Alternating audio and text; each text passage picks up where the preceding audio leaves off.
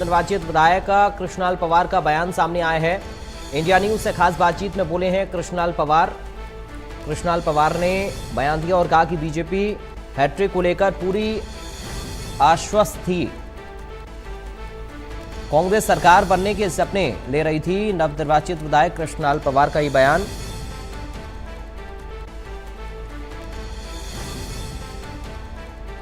दिल्ली से खबर आपको बता रहे हैं। नवनिर्वाचित विधायक कृष्णलाल पवार का बयान सामने आया है।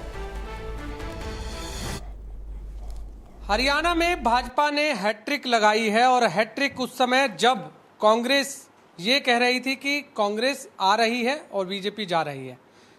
इस बार बातचीत करने के लिए हमारे साथ इसराना से विधायक और राज्यसभा सांसद कृष्णलाल पवार हैं, जिन्होंने पानीपत जिले की चारों सीटें जो जीती हैं, चाहे वो ग्रामीण हो, चाहे शहरी हो, चाहे फिर समालखा हो या इसराना हो। इसराना से विधायक हमारे साथ हैं। पवार साहब, कांग्रेस तो कह रही थी कांग्रेस आ रही है, बीजेपी जा रही है, आपने तो पूर्ण बहुमत से सरकार बना दी। आपने कहा थी कांग्रेस कह रही थी बीजेपी जा रही है, कांग्रेस आ रही है। ये उनके सपने थे, वो पूरे कभी सपना पूरा नहीं होता, इसलिए कांग्रेस पार्टी केवल सपनों के आधार पर काम कर रहे थे। धरातल पर भारतीय जनता पार्टी के कार्यकर्ता और आम व्यक्ति, क्षत्रिय बिरादरी के लोग अच्छी प्रकार से समझते हैं कि 10 साल में भारतीय जनता पार्टी ने ईमानदारी से काम किया है।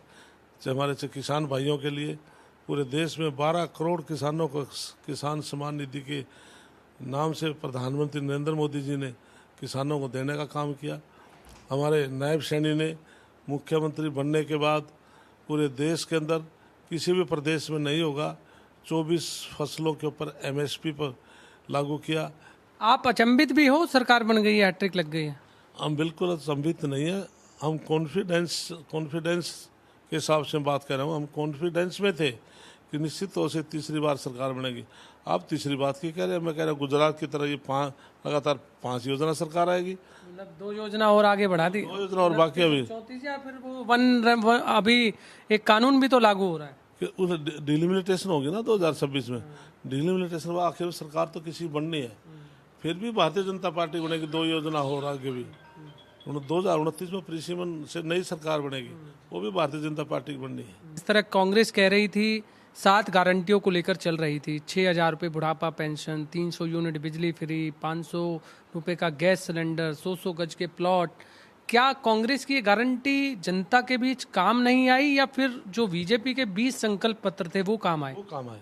इसके लिए भारतीय जनता पार्टी ने जो संकल्प पत्र जारी किया था, या इससे पहले कांग्रेस ने संकल्प पत्र जारी किया कि हम 300 यूनिट फ्री देंगे, लेकिन हमारे प्रधानमंत्री नरेंद्र मोदी जी ने ऑलरेडी तय किया था कि हम पूरे देश में हम 2 किलोवाट तक हम सोलर पैनल लगाएंगे और जिसकी 1,10,000 कीमत होगी, जिसमें 50,000 जो जहाँ पर हमारी भारतीय जनता पार्टी सरकारें हैं 50,000 केंद्र सरकार देगी और 60,000 हरियाणा सरकार देगी। उसको 1 पैसा भी देना पड़ेगा। मातूराम की जलेबी आपने देखा कि राजनीतिक गलियारों में एक चर्चा का विषय बनी चुनाव के समय में। राहुल गांधी मातूराम की जलेबी खाते हुए नजर आए और नहीं तो कल चूक करके उन्होंने 8 बजे जिस टाइम गिनती शुरू हुई 10:15 बजे तक उन्होंने जलेबियां तो बनवाई, लेकिन मातूराम वाली जलेबी नहीं थी, छोटी जलेबी थी। और भारतीय जनता पार्टी ने मातूराम वाली बड़ी जलेबियां हमारे पास थी, इसलिए ये फर्क रहा थी। 10:15 बजे के बाद हौसले पहले उनके बुलंद थे। 8 बजे से 2:15 बजे तक जो हमारे जो ड्यूटी पर जो कर्मचारी जाते हैं उनकी वोट थी, एक्स सर्विसमैन की थी, या ओल्ड एज थे जो उनके